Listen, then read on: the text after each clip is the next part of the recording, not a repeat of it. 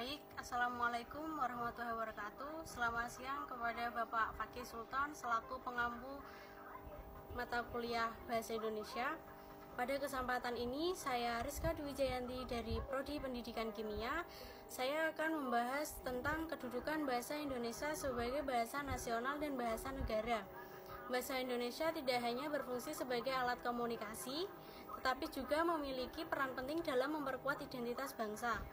Di sini ada bahasa nasional. Bahasa nasional itu adalah bahasa yang diakui dan digunakan oleh seluruh rakyat dalam satu negara. Peran dalam bahasa Indonesia, bahasa nasional itu bahasa Indonesia menyatukan berbagai suku, budaya, dan bahasa daerah di Indonesia, menjadi simbol persatuan dalam keragaman yang ada.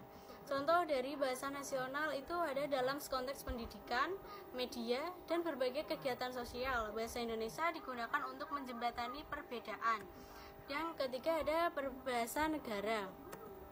Bahasa negara itu adalah bahasa yang secara resmi digunakan dalam pemerintahan, hukum, dan administrasi. Peran dalam bahasa negara itu bahasa Indonesia sebagai bahasa resmi dalam dokumen-dokumen negara dan peraturan perundang-undangan. Bahasa negara juga digunakan dalam pelaksanaan kegiatan pemerintahan, peradilan, dan pendidikan formal. Contoh dari bahasa negara itu semua komunikasi resmi seperti undang-undang, surat keputusan, dan publikasi pemerintah menggunakan bahasa Indonesia semua. Dan sejarah dan perkembangan. Nah, asal-usul bahasa Indonesia berasal dari bahasa Melayu yang telah digunakan sejak lama sebagai lingua franca di Nusantara. Sumpah Pemuda 1928, momen penting di mana bahasa Indonesia dinyatakan sebagai satu-satunya bahasa pemersatu bangsa. Dan ada perkembangan modern. Perkembangan modern itu sejak kemerdekaan, bahasa Indonesia terus berkembang dan diakui sebagai bahasa ilmiah dan teknologi.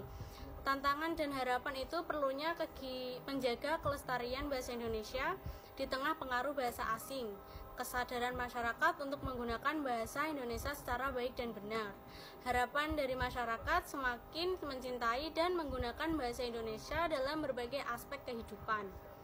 Bahasa Indonesia menjadi lebih kuat dan berperan dalam dunia internasional.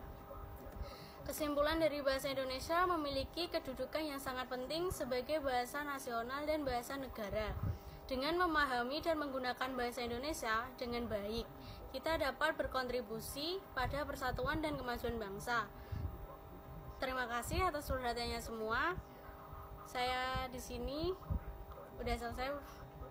Saya siap menjawab pertanyaan jika ada. Jika ada kesalahan kata atau kurang baik dalam menjelaskan, saya minta maaf dan ini akan saya tutup. Wassalamualaikum warahmatullahi wabarakatuh.